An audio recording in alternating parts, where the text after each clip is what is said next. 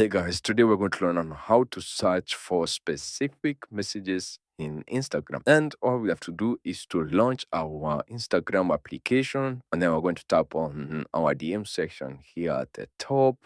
And then we are going to tap on the chat that we want to search for the specific messages in, and I'm going to tap on this one. And from here, as you can see, we have chatted with him for some time, and would like us to tap on their names. And then as we have here, we have this magnifying glass. Then we're going to tap on it, and then let's say we want to search for a name that can take us to the specific chat that we want to either remember, or we want to continue chatting with this person. And I'm going to search for snack time.